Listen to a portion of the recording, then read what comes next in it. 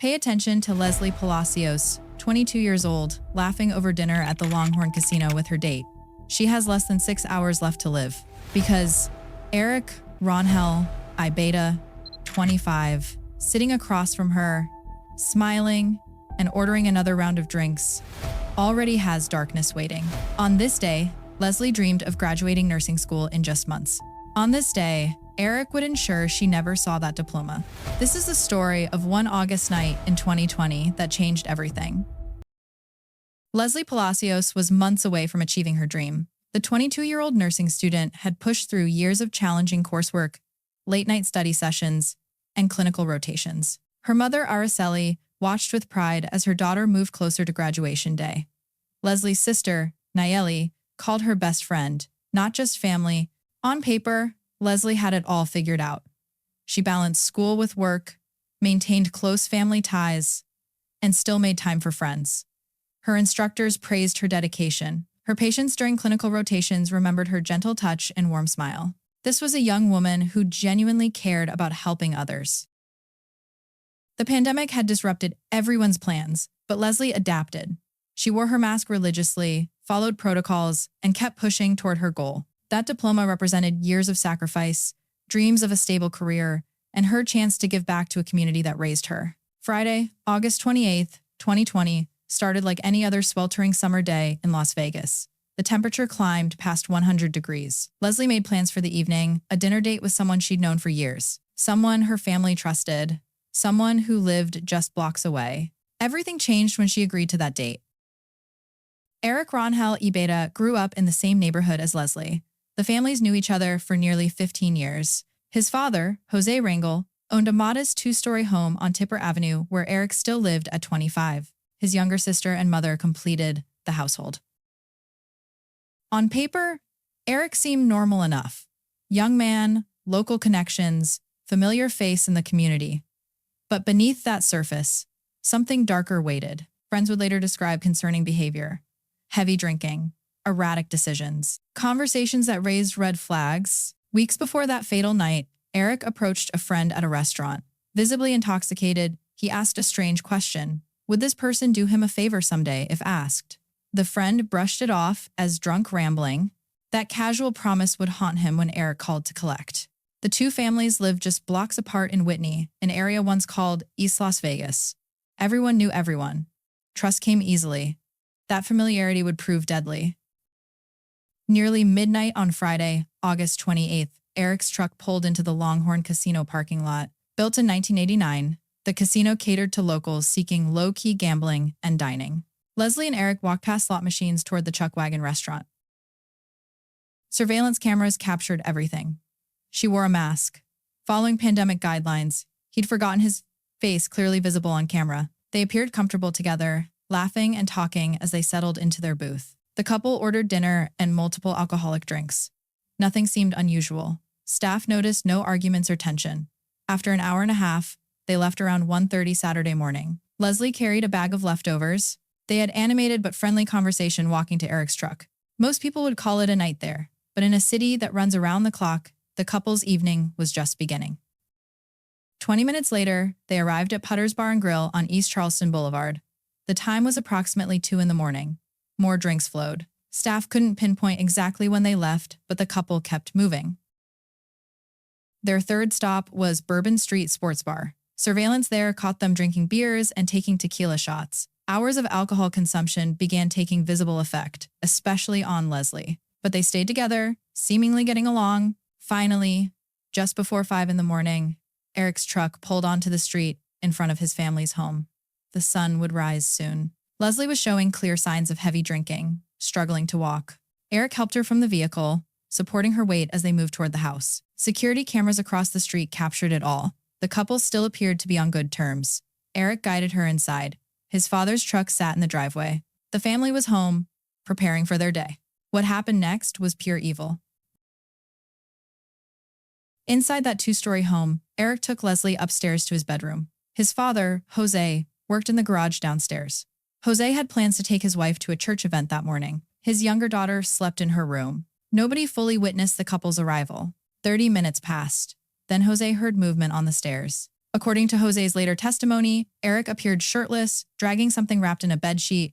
Leslie's body. Eric claimed she overdosed. Panic consumed him. He told his father they had to do something immediately. Jose faced an impossible moment. His son stood before him with a young woman's body. The woman's family lived blocks away. His own wife and daughters slept upstairs. He made a choice that would haunt everyone involved. Rather than calling 911, Jose helped Eric carry Leslie's body to the truck. Surveillance cameras captured two figures, moving a third between them. They placed her in the back seat. Eric drove away.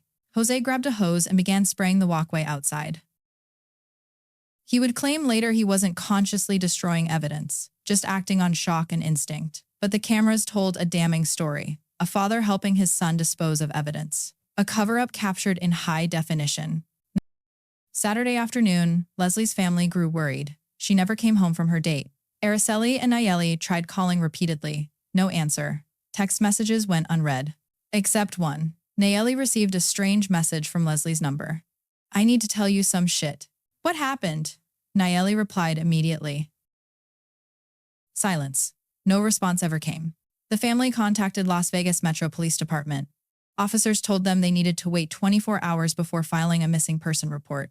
That outdated policy, once standard practice, cost precious time. Most departments abandoned the 24-hour rule years ago, recognizing that family members are often the best judges of when someone is truly missing. But in this case, the Palacios family waited as instructed. They tried calling Jose Rangel, hoping Eric's father knew something about the couple's plans. No answer. They called Eric's sister. No answer. They drove to the Rangel home. Nobody came to the door. An hour later, they returned and saw Eric's mother and sister loading furniture into a truck. The family was clearly home but avoiding contact. Something was terribly wrong. While Leslie's family searched frantically, Eric drove through the desert, somewhere near the Utah border, approximately 125 miles north of Las Vegas. His truck ran low on fuel. He called that friend, the one he'd asked for a favor weeks earlier. Eric used a burner phone. His stressed voice immediately put the friend on alert. He needed gasoline brought to Utah. He couldn't stop at any gas stations because he didn't want to be seen on camera. "Why?" his friend asked. "Because I killed a woman," Eric said. The friend thought he was joking. Eric repeated himself. "I'm for real. I killed a woman. I'm serious. She's dead in the backseat of my truck right now." The friend wanted nothing to do with it. He told Eric he had to pick up his daughter that morning and couldn't help. He told Eric that by confessing, Eric had made a terrible mistake. Eric hung up immediately. The friend waited until he saw news reports before contacting police. His testimony would become crucial evidence. Eric's own words, captured in that phone call, proved premeditation and consciousness of guilt. Sunday, August 30th, the Palacios family filed an official missing person report. They told investigators everything they knew about Leslie's date with Eric, where they went, what time, who saw them last. At another desk in the same department, someone took a different missing person report. Jose Rangel and his son Eric were missing. The family reported them gone without explanation. By September 1st, investigators matched the two cases. Leslie went missing with Eric. Now, both Eric and his father had vanished. The connection was impossible to ignore. Officers obtained security footage from the neighbor's camera overlooking the Rangel property. What they saw turned a missing person case into a homicide investigation. The surveillance footage showed everything in horrifying detail. At 5 a.m, Eric's truck pulled up. He helped Leslie inside, supporting her weight. She was clearly intoxicated but alive. 60 minutes later, two figures emerged. Eric and another man, later identified as Jose, carried a third figure wrapped in a bedsheet. They placed the body in Eric's truck. The figure showed no signs of life. Eric drove away. Jose grabbed the hose and began washing the driveway and walkway, cleaning up, covering tracks. The cameras captured it all. The final moments of a cover-up. A father helping his son dispose of evidence. Two men who should have called for help, instead choosing to hide a death. Arrest warrants were immediately issued for both Eric and Jose Rangel. Media outlets broadcast their photos across Las Vegas. Alerts went out to surrounding states. Everyone was looking for these two men, but they were already gone. Investigators obtained warrants and processed the Rangel home. The scene told a story of panic and attempted cleanup. Blue latex gloves sat on the living room couch. More gloves and cleaning supplies filled the dining room. A mop bucket in the kitchen contained stained cloths. The mop head showed dark residue. Upstairs in Eric's bedroom, the scene grew more disturbing.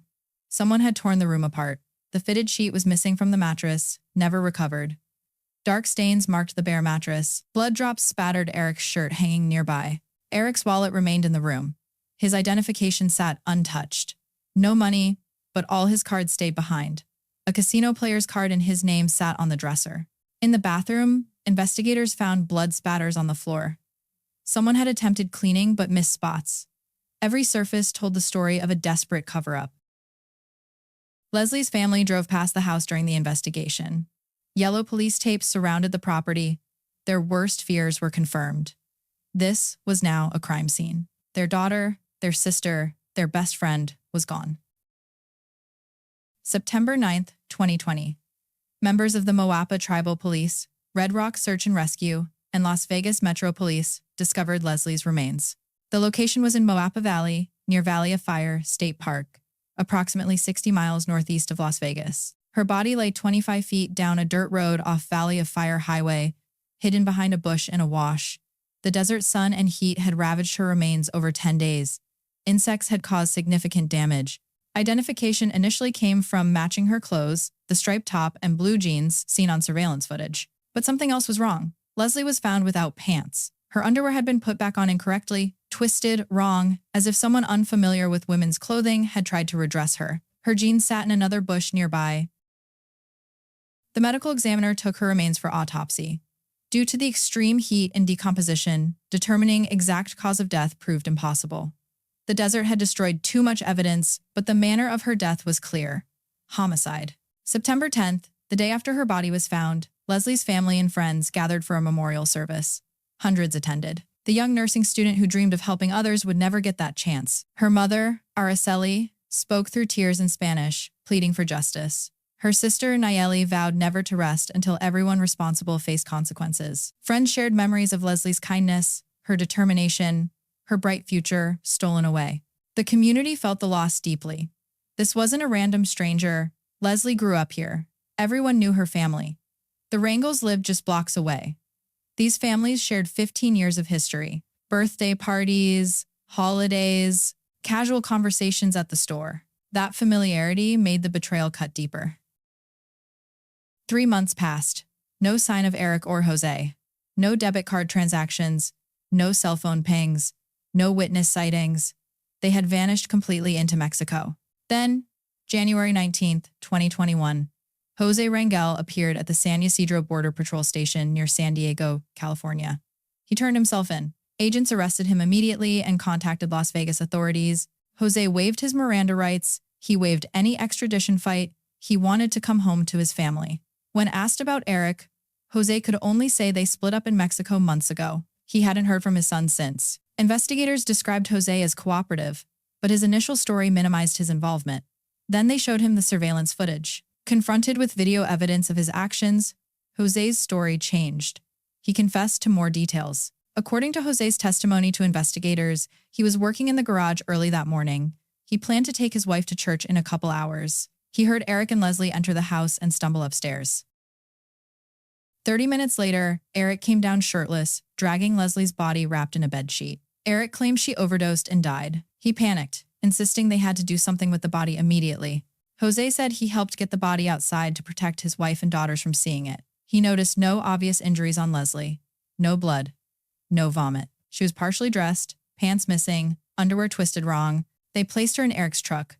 Jose grabbed the hose and started spraying the driveway. He claimed he wasn't consciously destroying evidence, just acting on shock and doing something, anything, in his stunned state. Eric drove away with the body. Jose thought his son was heading to Utah to destroy evidence. Instead, Eric dumped Leslie in the desert and returned hours later to his sister's house, where Jose had gone to talk. Eric appeared there, acting erratic, shouting that he would harm himself or his father. He claimed people might come after the family. Jose decided to flee with his son. They gathered all the cash in the house and drove to California, crossing into Mexico by that evening. During the drive, Eric refused to discuss details except to say Leslie overdosed on narcotics and he'd drunk too much that night. Jose Rangel struck a plea deal. He pleaded guilty to destroying evidence and accessory to commit murder. Both charges came back as misdemeanors. Not felonies. Misdemeanors. He spent 205 days in Clark County Detention Center before trial. At sentencing, the judge gave him 2 years total jail time. With time served and good behavior courses taken in jail, Jose walked free after serving only 8 additional months. The sentence sparked outrage across Las Vegas. Chief Deputy District Attorney John Giordano told media outlets that Nevada legislature needed to change these laws immediately. Dumping a young woman's body like trash should never be treated as a misdemeanor. Helping a murderer after such an egregious crime should never be a misdemeanor. Leslie's family attended the sentencing hearing. Through translators, they expressed their devastation. Their daughter's killer walked free. His father, who helped cover up the crime, served barely a year. Where was the justice? Where was the accountability? Community members pointed to cases where people served longer sentences for property crimes or drug possession.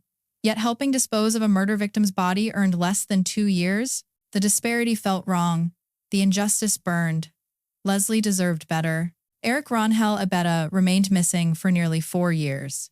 He became the subject of 2 nationally broadcast television specials. America's Most Wanted featured his case. His photos circulated throughout Mexico. Tips came in placing him in Chihuahua State. Other reports suggested Durango State. But he always stayed one step ahead. Leslie's family never stopped searching. They kept her memory alive. They spoke to media outlets. They worked with victim advocacy groups. They demanded justice. There's not a day that goes by that we don't think about her, Nayeli told reporters. Everything reminds us. We're never going to stop until we get justice. The family knew Eric was famous now. His face had been broadcast across 2 countries. There's no way of hiding anymore, they said. You can't hide forever. Just pay for what you did. Finally, in July 2024, Mexican authorities captured Eric. After nearly 4 years on the run, his freedom ended. Extradition proceedings began immediately. August 28, 2025, exactly 5 years after Leslie died, Eric was extradited back to Las Vegas. The date wasn't coincidental. Prosecutors and Leslie's family found symbolic meaning in his return on that anniversary. September 3, 2025, Eric appeared for his first hearing. He listened to charges read against him. Murder, evidence destruction, multiple other serious crimes related to that night. September 11, 2025, Eric entered his plea, not guilty. The official trial date was set for August 24, 2026, almost a full year away. More waiting, more delay. More time for Leslie's family to live with unanswered questions. What really happened in that bedroom? Did Leslie overdose as Eric claimed? Or did something more sinister occur? The medical examiner couldn't determine exact cause of death due to the desert conditions, but Eric's own words to his friend paint a different picture. I killed a woman, he said. Not she overdosed, not it was an accident. He said he killed her. The evidence tells a troubling story. Leslie's pants removed, her underwear put back wrong, the way someone unfamiliar would dress her, blood in the bedroom, blood in the bathroom, frantic cleaning attempts. Jose said he saw no obvious injuries on Leslie's body. But the bedsheet wrapped around her, the desperate cover-up, the flight to Mexico, these aren't the actions of people dealing with a simple overdose. The truth waits in that upcoming trial. Prosecutors will present their evidence. Eric's defense will counter. A jury will decide. Leslie Palacios was 22 years old. She had dreams of becoming a nurse. She wanted to help people. She was months away from graduation. She had her whole life ahead of her. One date changed everything. One night with someone she thought she knew. Someone her family trusted. Someone who lived just blocks away. Her mother lost a daughter. Her sister lost her best friend. Her classmates lost a future colleague. Her future patients lost a caregiver who would have made a difference. The nursing school where Leslie studied now has a memorial scholarship in her name. Her family continues advocacy work for missing persons and victims' rights. They've pushed for changes to missing person reporting policies. They've spoken about the failures they experienced when trying to report Leslie missing. That 24-hour waiting period that delayed the initial investigation, Leslie's case helped eliminate that policy in several jurisdictions. Her death sparked change.